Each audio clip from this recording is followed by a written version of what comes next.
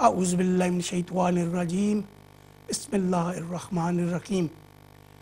ناظرین محترم، السلام علیکم ورحمۃ اللہ وبرکاتہ۔ برٹش اسلامک لا پروگرام میں خوش آمدید۔ Welcome and a very very good evening to each and every one of you out there. ناظرین محترم، ہمارا یہ جو پروگرام ہے برٹش اسلامک لا، یہ ایک کمیونٹی پروگرام ہے، اور اس پروگرام کی جو ایمز ہیں وہ یہ ہیں کہ مجھے اور آپ کو اور ہم سب کو یہ ایجوکیشن دیتا ہے، انفارمیشن دیتا ہے، اور ہمیں ایک دینی جو ہے کہ روشنی دیتا ہے۔ ہمیں دین کی طرح طرح کی اچھی باتیں ملتی ہیں، ہمارے پاس عالم دین ہوتے ہیں، وہ ہمیں گائیڈنس دیتے ہیں ان دا رائٹ وے کہ ہمیں ہماری زندگی ڈیلی لائف میں کیسی گزارنی چاہیے۔ ناظرین محترم، یہ جو پروگرام ہے یہ ایسا پروگرام ہے کہ جو آپ کو کچھ سوالات کرنے ہیں، جو انفارمیشن آپ کو دینی سلسلے میں چاہیے، تو وہ ہمارے جو عالم دین یہاں ہیں وہ آپ کو پوری کوشش کر وہ آپ کی جو سوالات ہوں گے ان کے وہ جواب دیں گے، آپ کی انفارمیشن، آپ کا ذہن بہتر کرنے کے لیے۔ چونکہ مسلمان تو ہیں مگر ہمیں پوری انفارمیشن نہیں ہے، تو کیا کہتے ہیں کہ یہ ہمارا ایک لرننگ پیریڈ ہے کہ اگر ہمیں کوئی کسی قسم کی دینی اور شرعی قسم کی جو ہمیں انفارمیشن چاہیے، تو ہماری جو انفارمیشن ملتی ہے یہاں، یہ ہمیں قرآن اور حدیث جو نبی پاک کی ہے ان کی روشنی میں ہمیں یہ انفارمیشن ملتی ہے، سو ہم سب سیکھتے ہیں۔ ناظرین محترم، ہمارے اس پروگرام میں ہم مختلف ٹاپکس لے کر آتے ہیں۔ آج ہم نے کوئی اتنا بڑا ٹاپک تو نہیں لیا، یہ بڑا فلیکسیبل پروگرام ہے، اور دوسری بات یہ ہے کہ آپ اس پروگرام میں آپ صرف اردو میں نہیں، انگلش میں یا پنجابی میں بھی اگر بات کرنے چاہتے ہیں، اگر آپ کسی جو لینگویج میں کانفیڈنس فیل کرتے ہیں، ہمارے ساتھ ضرور بات کریں۔ ہمارا یہ جو پروگرام اب یہاں لائیو چل رہا ہے امہ چینل پہ، ہمیں بڑی خوشی ہوگی کہ اگر آپ ہمارے ساتھ رابطہ قائم کریں اور ہم سے بات کریں۔ ہمارا جو کانٹیکٹ نمبر ہے وہ ہے 01254277370۔ یہ ہمارا کانٹیکٹ نمبر ہے اور آپ ہمارے ساتھ بات کر سکتے ہیں۔ مجھے پتہ ہے کہ سونے کا وقت ہے، آپ ضرور سوئیں مگر ہم سے بات ضرور کریں۔ اگر آپ کو کوئی سوالات کرنا ہے، انفارمیشن چاہیے، تو ہم سے ضرور بات کریں۔ ناظرین محترم، ہمارے ساتھ آج ہمارے جو مہمان ہیں وہ انتہائی قابل احترام ہیں۔ میں ان کا دل کی گہرائیوں سے شکر گزار ہوں کہ جو انہوں نے اپنا ایک بڑا قیمتی وقت نکال کر یہاں آج پروگرام میں آئے ہیں اور حاضری دی ہے۔ اور یہ جو ہمارے عالم دین ہیں، یقین مانیں کہ یہ ایک ویری ویری جو ہے کہ رسپانسبل عالم دین ہیں اور بڑا وقت دیتے ہیں ہم سب کو۔ اور وہ کون ہو سکتے ہیں؟ جی ہاں، وہ ہمارے اپنے علامہ خورشید عالم صابری صاحب ہیں۔ ہم ان کو السلام علیکم ورحمۃ اللہ وبرکاتہ اور خوش آمدید کہتے ہیں۔ وعلیکم السلام ورحمۃ اللہ وبرکاتہ۔ قبلہ، کیسی ہے طبیعت آپ کی دعائیں، بہت شکریہ۔ جزاک اللہ۔ میں واپس آتا ہوں۔ ناظرین محترم، آج ہمارا جو وہ کہتے ہیں بریف ٹاپک ہے کہ جو ہمارے بہن بھائی اپنے ملکوں سے آتے ہیں، انڈیا ہے، پاکستان ہے، بنگلہ دیش ہے، کوئی بھی ملک ہے، تو ان کی کیا سوچیں ہوتی ہیں۔ اگر اگزامپلز لیں آپ تو یہ ہے کہ دیکھیں، جب ویزا ملتا ہے سعودیہ کا، اتنی خوشی نہیں ہوتی، جب یو کے کا ملتا ہے تو بڑی خوشی ہوتی ہے، پارکنگ وغیرہ ہوتی ہیں۔ اس کی کیا وجہ ہے؟ ایک اور دوسری بات یہ ہے کہ جب وہ یہاں یورپ میں اور یہاں انگلینڈ میں آ جاتے ہیں تو ان کی کیا رسپانسبلٹیز ہیں اس ملک میں، اور اس ملک کی رسپانسبلٹیز ان کی کیا ہے؟ کیا ان کی صرف یہ امیدیں سٹل ہوتی ہیں کہ ہم آئیں گے، کام کریں گے، پیسے کما کر واپس چلے جائیں گے؟ کئی لوگ ایسے بھی ہیں کہ جنہیں تقریباً آدھی زندگی اپنی اور پوری زندگی بھی یہاں گزر گئی ہے، یہیں رہتے ہیں، وہ بھی یہی امید لے کر آئے تھے کہ ہم واپس جائیں گے۔ قرآن اور حدیث کی روشنی میں جو آپ کی لائلٹیز ہیں وہ کیا کہتی ہیں کہ جب کسی اور ملک میں جاتے ہیں آپ کام کرنے کے سلسلے میں پھر وہاں رہتے ہیں تو ہم جو ہے نا کہ علامہ صاحب کے پاس جائیں گے اور ان سے بات کریں گے کہ تھوڑی سی وہ اس سبجیکٹ پہ روشنی ڈالیں. جی علامہ صاحب. اعوذ باللہ من الشیطان الرجیم بسم اللہ الرحمن الرحیم والحمد للہ رب العالمین والعاقبۃ للمتقین والصلاة والسلام علی نبینا وعلی آلہ واصحابہ واولادہ وبناتہ وازواجہ وجمیع ملتہ اجمعین.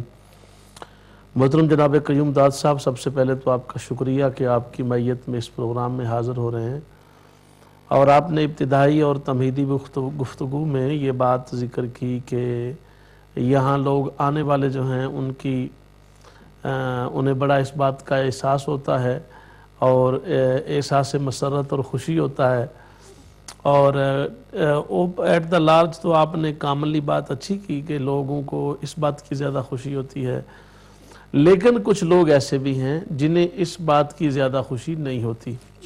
یعنی آپ اندازہ فرمائیں اس مادیت پرستی کے دور میں اور یہ مادہ زدہ کیفیت کے اندر بھی ایسے لوگ اور ہستیاں موجود ہیں جنہیں اس بات سے غرض نہیں ہے، اور علامہ اقبال کی زبان میں ان کے نزدیک اس ماحول کی چکا چوند کا ان پر کوئی اثر نہیں ہے. وہ یہ سمجھتے ہیں کہ یہاں اگرچہ انسان کو اپنے فقر و فاقہ یا غربت کے دور کرنے کے وسائل اور ذرائع زیادہ مل سکتے ہیں، لیکن حقیقی معنوں میں جو ہماری اسلامک ویلیوز ہیں، ہمارا اسلامک کلچر ہے اور ہماری ریئل ویلیوز ہیں جن کا تعلق انسان یا انسان کی عظمت کے ساتھ ہے، تو ان کی کمی ہے. ہمارے پاس ایک کالر ہیں علی صاحب. السلام علیکم ورحمۃ اللہ وبرکاتہ. میرے بھائی کہاں سے بول رہے ہیں آپ؟ وعلیکم السلام ورحمۃ اللہ وبرکاتہ. میں برمنگھم سے بات کر رہا ہوں. جی بسم اللہ، ویلکم. میرا آپ لوگوں سے ایک سوال یہ ہے کہ ہے تو دو سوال کہ میں پوچھنا چاہوں گا. ایک تو مورگیج کے بارے میں حضرت یہ بتائیں کہ بالکل صحیح اسلام اور قرآن کی روشنی میں مجھے ایک جواب چاہیے پراپر، ایک جس میں سب متفق ہوں، سب علماء اکرام.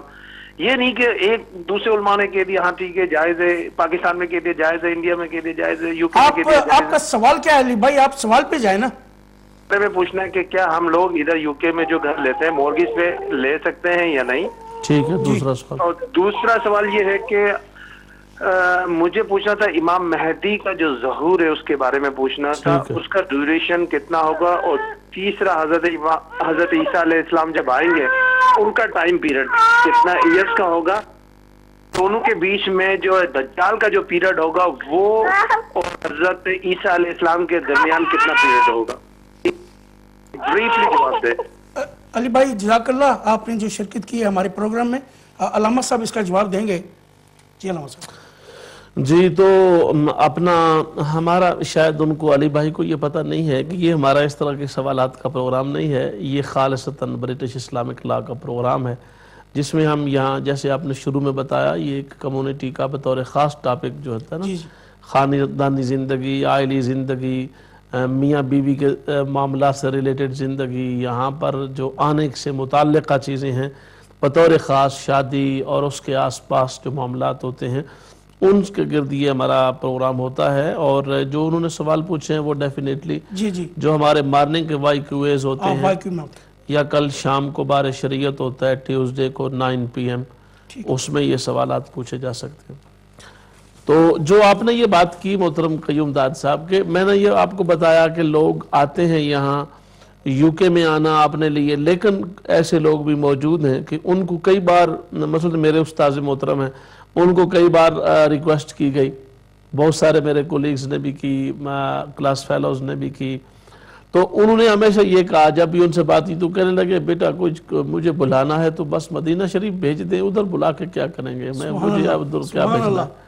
چلو آپ کی مہربانی تو ادھر خرچہ کی بجائے اگر آپ نے خدمت میری کرنی ہے تو ادھر سرکار کی بارگاہ میں بھیجیں.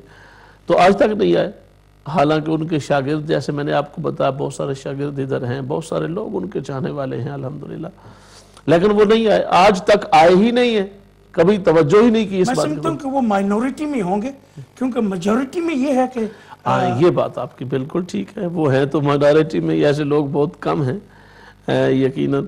تو جو ویسے یہ تو میں نے پہلے بھی ذکر کیا، جیسے آپ نے بھی کہا کہ اکثریتی طور پر تو یہی ہوتا ہے، آپ نے بالکل ٹھیک کہا، کیونکہ ہماری توجہ مادیت پرستی کی طرف زیادہ ہوتی ہے، ہم ظاہری اور فوری ملنے والے نتائج پر متوجہ زیادہ ہوتے ہیں اور اس پر ہمارا دھیان اور خیال زیادہ ہوتا ہے. تو اسی وجہ سے جب وہ ہم چیز ہمارے ذہن میں وہ ہوتی ہے، لیکن یہاں آ کر احساس ہوتا ہے کہ نہیں، صرف آنا ہی نہیں تھا، آنے کے بعد بھی کچھ مراحل ہیں. وہاں کے بندے کو یہ آپ نے بالکل ٹھیک کہا کہ ایسا کیوں ہوتا ہے. اس کی ایک ریزن یہ بھی ہے کہ یہاں سے جانے والے لوگ وہاں اصل صورتحال بتاتے بھی نہیں ہیں.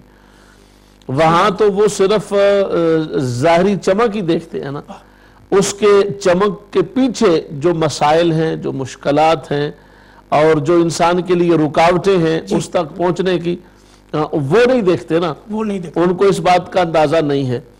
اب وہ مثال کے طور پہ آپ کو دیکھیں گے تو ان کو تو اس بات کا اندازہ نہیں، آپ نے پہلے پڑھا، پھر کتنے والنٹیئر کام کیا، پھر وہ کام کیا، پھر وہ کام کیا، پھر وہ کام کیا، تب جا کے لیول تک. جی جی.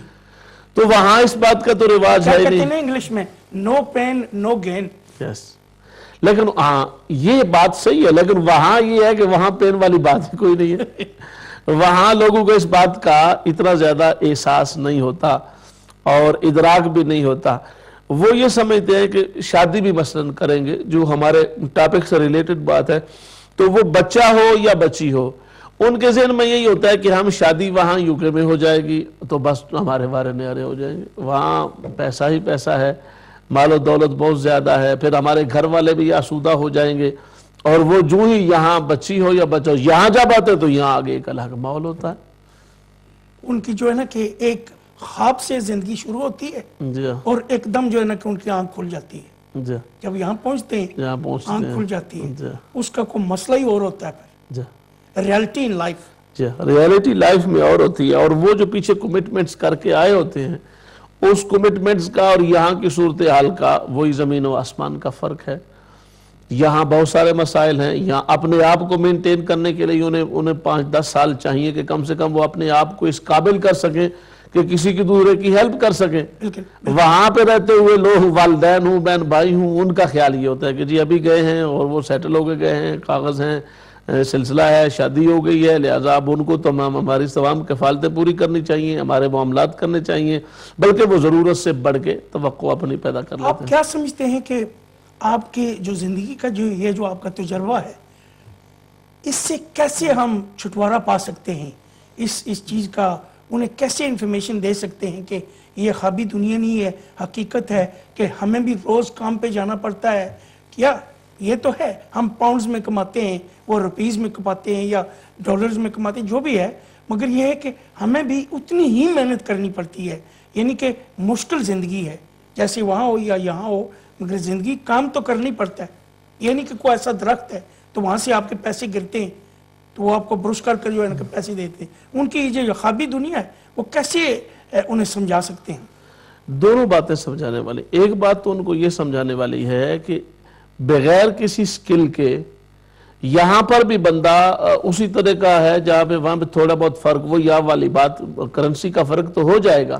لیکن اگر بندہ یہ سمجھے کہ وہ خود آ کے یہاں کوئی آسانی کی کیفیت میں چلا جائے گا بلکہ اور مشکل میں جائے گا، کیونکہ یہاں لیبر بھی اگر کرے گا تو اس کے کرنے کی سختی ہے، اس کی شیڈولنگ ہے، ٹائمنگ ہے، کمٹمنٹ ہے، رسپانسبلٹی ہے، اور اس کے اندر آپ اندازہ فرما پورے سال میں میکسیمم 4 ویکس تو چھٹیاں ملیں گی. ان 4 ویکس کے علاوہ یا 6 ویک چلو میکسیمم کر لیں تو اس کے علاوہ تو سارے کا سارا کام ہی کام ہے، کمٹمنٹ ہی کمٹ ہے وہاں. یعنی وہ فری بیٹھنے والی یا فارغ بیٹھنے والی تو بات ہی کوئی نہیں ہے. تو وہاں ان لوگوں کو پہلی بات تو یہ کہ ہمارے لوگ جو یہاں جاتے ہیں ان کو بالکل خواب نہیں دکھانے چاہیے بلکہ ریالٹی ان کو بتانی چاہیے. قبلہ یہیں ہم رکیں گے، ہمارا بریک کا وقت ہو گیا. ناظرین ہم جلدی واپس آ رہے ہیں اور یہ پروگرام بڑا انٹرسٹنگ ہو رہا ہے، ضرور دیکھیں. سی یو شارٹلی انشاءاللہ.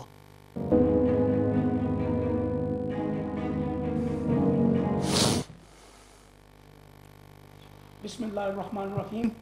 ناظرین محترم, welcome back to British Islamic Law. I like to talk about the program, although I was actually talking to Allama Saab just before the break.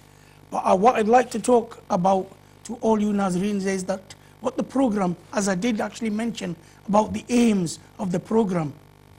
This program is all about our daily lives, how we live, how we respect each other, how we talk about the births, we talk about marriages, we talk about deaths, we talk about respecting each other, and what is the best way of actually respecting each other.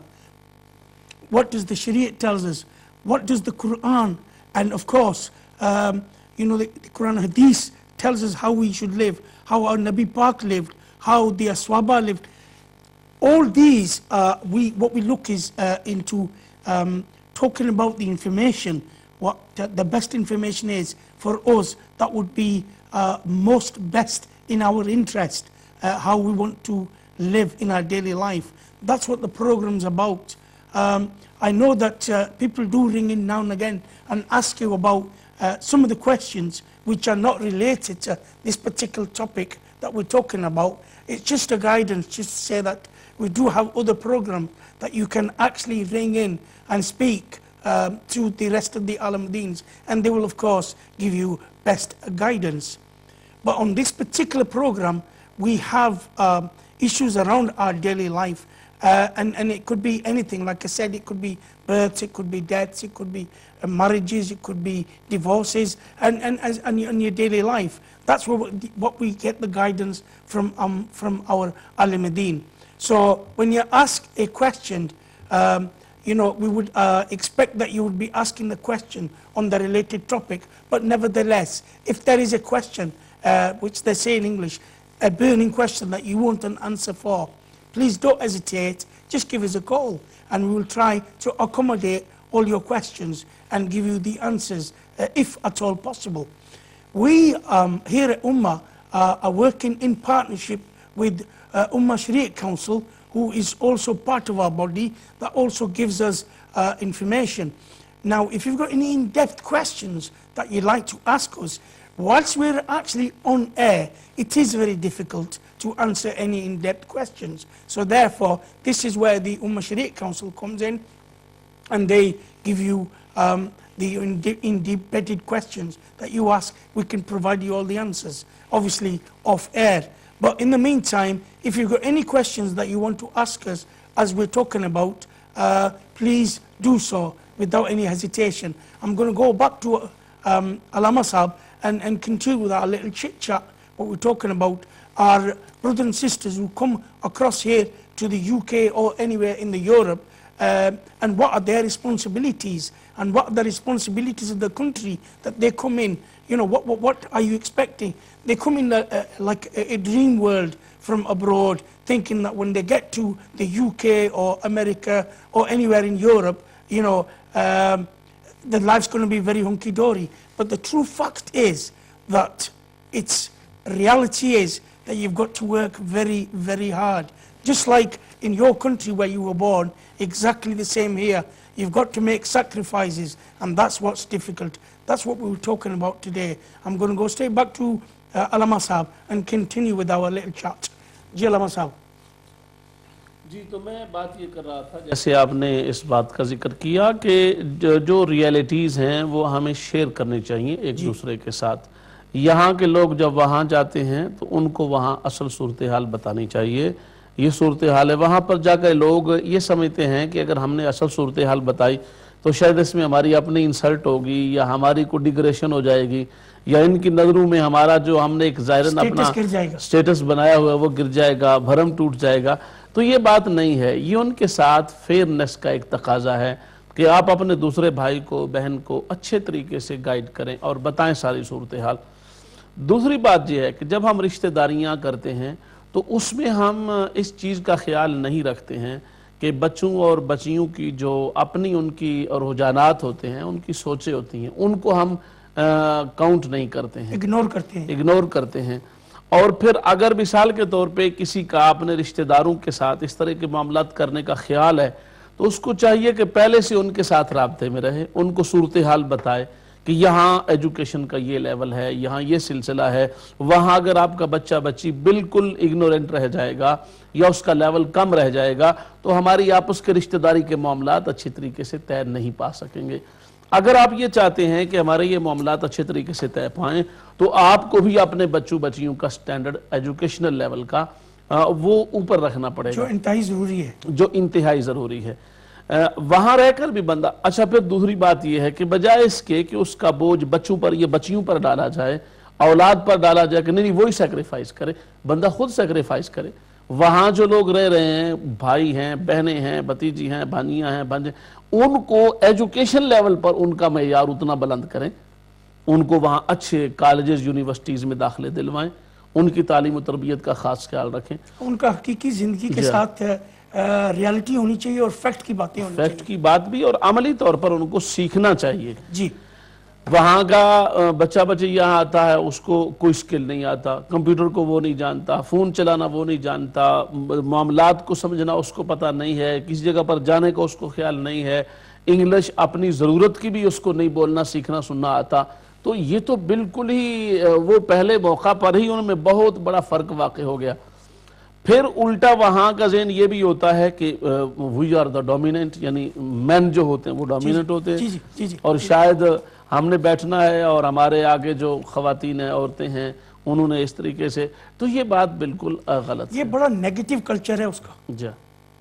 اور اس طرح بچی کا بھی معاملہ، اگر وہاں سے بچی جو آ رہی وہ پڑھی لکھی ہوگی، سکل والی ہوگی، اس کو ہنر آتا ہوگا، اس کے پاس تعلیم ہوگی، سلیقہ مندی ہوگی، سمجھداری ہوگی، تو وہ خود بخود اپنا لیول معیار بنا لے گی، یا ایک مرحلے پر پہنچ کر اس کا لیول بن جائے گا. جی جی. لیکن اگر وہاں سے وہی بات کہ جی اس نے باہر چلے جانا ہے، کیا ضرورت ہے پڑھائی کی، تعلیم و تربیت کی، سکل کی کیا ضرورت ہے، تو پھر اسی وجہ سے آ کے یہاں مسائل پیدا یہ سوچنا چاہیے کہ اگر اس قسم کا آپ نظریہ رکھ رہے ہیں اور ڈاکٹر کہاں سے آئیں گے، اور جو موسٹلی اور پریکٹیشنرز ہیں وہ کہاں سے آئیں گے، کہ اگر جو ہماری بچیاں ہیں اگر ہمیں انہیں ایجوکیشن نہیں دینی، ہمارا نظریہ یہی ہوگا کہ دیکھیں ہم اس کی شادی کریں گے تو وہ جو ہاؤس وائف ہوگی وہ یہی سوچ رہی ہوگی، اگر یہ جو نا کہ وہ اس سوچ سے آگے جاتی نہیں ہے. جی ہاں. جو مسائل پیدا ہوتے ہیں وہ اسی وجہ سے پیدا ہوتے ہیں کہ اس سوچ سے آگے نہیں نکلتے، ریالٹی بیس سوچ ہوتی نہیں ہے، اور معاملات کو اس طریقے سے دیکھ کر سمجھ کر آگے چلتے نہیں ہیں. تو اس وجہ سے پھر جب پرابلم آ جاتا ہے، مسئلہ پیدا ہو جاتا ہے، وہاں سٹک ہو جاتے ہیں. اب وہاں پر پھر وہ ایک دوسرے سے گلے شکوے، پریشانیاں، مسائل، اور پھر اپنے آپ کو ڈپریشنز، بیماریاں، مسائل کا شکار کر لیتے ہیں، اور بہت اچھے خاصے ہنستے بستے خاندان وہ آپس میں بربادی کا شکار ہو جاتے ہیں. تو گویا کہ ہمیں اپنی زندگیوں میں ایک تنظیم لے کے آنی چاہیے، نظم کے ساتھ زندگیاں گزارنی چاہیے. اسلامی طور پر بھی ہمیں اسی بات کا حکم دیا گیا ہے کہ آپ کو ذمہ داری دی گئی ہے کلکم راعٍ وکلکم مسئول عن رعیتہ. ہر انسان جو ہے وہ اپنے متعلقہ لوگوں کا نگہبان ہے، نگران ہے. جو اس کا لیول ہے اسی لیول کی اس کی ذمہ داری ہے. صرف اپنی ذمہ داری نہیں ہے بلکہ اس کے ساتھ جتنے لوگ لنکڈ ہیں ان کی بھی ذمہ داری ہے اس پر جو اس نے پوری کرنی ہے. ہمارے ہاں یہ کلچر اسلامی سمجھا ہی نہیں جاتا. لوگوں کو بھی چونکہ اسلام کے بارے میں بھی آگاہی نہیں ہے، معلومات نہیں ہے، اور اس کا بھی آپ کو پتا ہے بہت بڑا المیہ یہ ہے کہ اس سلسلہ میں بھی لوگوں کے پاس شعور نہیں ہے. لوگ اپنی جھوٹی رسم و رواج کی بنیاد پر اپنے بنائے ہوئے بڑائی کے بت ہیں ان کے، یعنی جیسے شاید یقیناً آپ تو اس بات سے آگاہ ہوں گے، ہمارے ناظرین کو اس بات کا کم شاید احساس ہو بعض کو، کہ عربوں کے ہاں یہ کلچر تھا کہ ان کے ہاں ایک کلچر یہ بھی تھا کہ پڑھائی لکھائی کرنا عیب سمجھا جاتا تھا، قلم اور پین کو ہاتھ میں پکڑنا اس کو آر سمجھا جاتا تھا. گفتگو یعنی لکھے ہوئے انداز میں کر کے کوئی علم حاصل کرنا، کہتے ہیں نہیں یہ کیا بات ہوئی، پڑھنا لکھنا کو بات ہے. یعنی ان کے خیال میں پڑھنے سن کر ہی سارا کچھ ذہن میں رکھ کر ہی علم کو اپنے پاس محفوظ کرنا، اسی کا نام علم تھا. اس بات اچھا پھر اس پر جھوٹی باتوں پہ فخر کرنا ان کا ٹریڈیشن بنا ہوا تھا. غلط باتوں پہ فخر کرنا، جہالت کی باتوں میں فخر کرنا. کوئی شخص اس کے پاس کوئی ایٹیکٹس نہیں ہے مگر کوئی ایک اس کے پاس خوبی ہے تو اس کو بنیاد بنا کر سبھی پہ فضیلت دے دی ہے. جنگجو فائٹر اچھا ہے، بات کرنے کا پتہ نہیں ہے، علم اس کے پاس نہیں ہے، تہذیب اس کے پاس نہیں ہے، تمدن سے وہ بالکل آری ہے، ویلیوز سے وہ بالکل ہی بیرا ہے، تو اس کو بہت بڑا مقام دے دیے. تو مقصد بات کرنے کا یہ ہوا کہ وہ معاشرہ اب تری کا شکار تھا. لیکن ہمارے آقا مولا صلی اللہ علیہ وآلہ وسلم نے اس ابتری والے معاشرے کو ایک ایسا شکل رنگ اور ایک ایسی کیفیت عطا فرمائی کہ وہ معاشرہ دوسرے معاشروں کی تربیت کرنے والا بنا، اور اس نے فیضان جاری کیا ان ہیومن ویلیوز کا، کلچر ایک ایسا متعارف کروایا جس کے اندر ہر شخص کی ایک ذمہ داری ہے، ہر شخص کا ایک تعلق ہے۔ ورنہ رسم و رواج کے طور پر بھی وہ معاشرہ دیکھیں جہاں ماں کو اللہ معاف کرے 2 حصوں میں کاٹ کر بانٹ لیا جاتا ہو، تو اس سے بڑا یعنی اگنورنس کی سوسائٹی کیا ہوگی؟ اسی لیے کہتے ہیں کہ ignorance is a crime۔ یس، اور یہ کرائم سر چڑھ پہ بول رہا تھا اور پریویل کر رہا تھا اس پوری کی پوری سوسائٹی میں۔ نبی پاک صلی اللہ علیہ وآلہ وسلم نے اتنے اکھڑے ہوئے مزاجوں کے لوگوں کو، سبحان اللہ، بلکہ اس طرح کے ایک کھنڈر مزاج لوگوں کو اور انتہائی اصل راہ سے ہٹے ہوئے اور بھٹکے ہوئے لوگوں کو نبی پاک صلی اللہ علیہ وآلہ وسلم نے سیدھے راستے پر لا کر کھڑا کر دیا اور ایک تہذیب و تمدن میں ان کو مقام عطا فرما دیا۔ اس معاشرے میں کھڑے ہو کر نبی پاک صلی اللہ علیہ وآلہ وسلم نے عورت کو بطور بیوی کے عزت کا مقام عطا فرمایا، اور یعنی آپ اندازہ فرمائیں کہ آپ خطبہ کے دوران، خطبہ حجۃ الوداع کے دوران گفتگو فرما رہے ہیں تو اس میں انٹرنیشنلی سرکار پاک نے خطاب کیا صلی اللہ علیہ وآلہ وسلم، کلیریفائی کیا انہوں نے۔ جی، اور اس اہم ترین سرمن کے اندر موسٹ امپورٹنٹ اینڈ سگنیفیکنٹ جو سرمنز تھا، اس کو جو آپ نے سیگمنٹس میں تقسیم کیا، ڈیوائیڈ کیا، اس میں باقاعدہ ایک فیملی یونٹ کو ڈسکس کیا کہ وہ کیسے ہونا چاہیے، اس کا انداز کیا ہوگا، اس کا طریقہ کار کیا ہوگا، اور اس کو کس طریقے سے ڈیل کیا جائے گا۔ پھر اس کی نزاکت پر بات کی ہے، اس کی سائیکی پر بات کی ہے، اس کے مسائل کے حل پر بات کی ہے، کمپلیکیشنز پر بات کی ہے، سلوشنز پر بات کی ہے، اور آپ ایک اتنے بڑے انتہائی عظیم ترین لیڈر ہو کر لاکھوں کے مجمع میں فیملی یونٹ پر بات کر رہے ہیں۔ الحمدللہ، ہمارے لوگ کتنے فیملی یونٹس پر بات کرتے ہیں؟ ہسبینڈ اور وائف کی اکائی پر کوئی بات ہی نہیں کرتا، بلکہ عجیب قسم کا جاہلانہ طریقہ کار اپنائے ہوئے ہیں، اس پر بات کرنے کو لوگ آر محسوس کرتے ہیں، سمجھتے لو جی یہ کوئی بات ہے کرنے والے، جی یہ کوئی واعظ و نصیحت ہے، جی یہ کوئی تعلیم و تربیت ہے جی کہ آپ بیویاں بیوی کے مسائل بیان کر رہے ہیں۔ آقا صلی اللہ علیہ وآلہ وسلم نے ان تمام جھوٹے پنداروں کے بھرم توڑ کے رکھ دیے اور لوگوں کے سامنے ان تمام انسانی قوانین کو بیان کیا آقا صلی اللہ علیہ وآلہ وسلم۔ اور پھر بطور خاص آپ نے پہلے دن سے لے کر اس اختتامی آپ کہیں یا اپنے تکمیلی خطبہ کے اندر بھی جو بہت بڑا ہیوج خطبہ تھا نبی پاک صلی اللہ علیہ وسلم کا، اور ہیوج گیدرنگ کے سامنے جو آپ نے سرمن انشاد فرمایا، تو اس میں آپ نے مظلوموں کا ذکر اس میں 2-3 بار دہرایا، غریبوں کی بات کی ہے، مساکین کی بات کی ہے، یتامہ کی بات کی ہے، بیواؤں کی بات کی ہے، معروم طبقے کی بات کی ہے، کمزوروں کی بات کی ہے، اور اسی کمزوروں کے کھاتے میں شمار کرتے ہوئے ایک نزاکت و کمزوری یہ صنف کا ذکر کرتے ہوئے عورت کا بھی تذکرہ کیا۔ یہاں تک فرمایا آپ نے کہ عورتیں نازک آبگینے ہیں اور ان کا خیال کرو گے، اگر سختی کرو گے وہ چور چور ہو جائیں گے، وہ ٹوٹ جائیں گے۔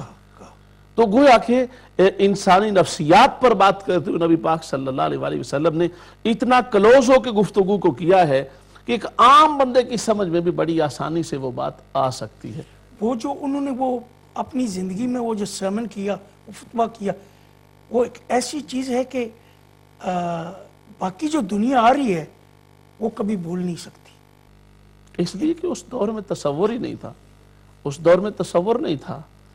علم نے ترقی کی ہے، تعلیم و تربیت نے ترقی کی ہے، روشنی پائی ہے، معاشروں نے، لوگوں نے، قوموں نے اور ملل نے، نیشنز نے، تو وہ اسی کی خیرات لے کر پائی ہے۔ آمین۔ یعنی جب جو لوگ بھی ایک ڈیویلپڈ فارم میں کوئی بھی قانون اور لیجسلیشن لے کے آتے ہیں تو جب اس کی وہ اوریجن کی طرف جائیں گے تو انہیں وہ نبی پاک صلی اللہ علیہ وآلہ وسلم کا خطبہ دیکھ کر، اپنے سامنے دیکھ کر انسپریشن ملتی ہے، اور پھر ان کو اس بات کا خود احساس ہوتا ہے کہ آج ہم تو اتنے وسائل اور ذرائع کے اندر رہ رہے ہیں، ذرائع ابلاغ ہیں، ذرائع رسائل ہیں، ایک دوسرے کو کنوے کرنے کے بڑے بڑے عجیب قسم کے طریقے ایجاد ہو چکے ہیں، اور انسان ایک انتہائی کلوز ترین سرکٹ میں آ چکا ہے۔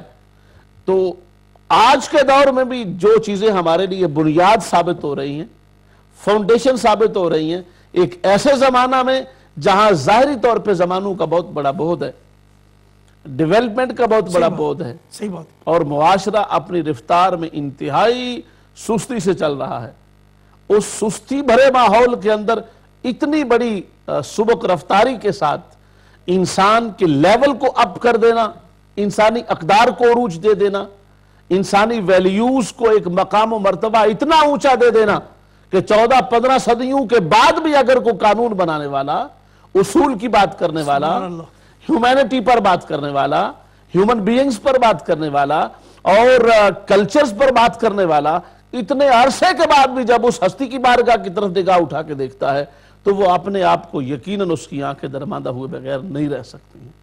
اس کو اس بات کا احساس ہوتا ہے کہ یہ کون سی ایسی بستی سے اٹھنے والی عظیم ہستی تھی۔ اسی لیے کہتے ہیں نا کہ ہمارے جو نبی پاک تھے وہ بیسٹ اسٹیٹس مین تھے، بیسٹ لیڈر ہیں۔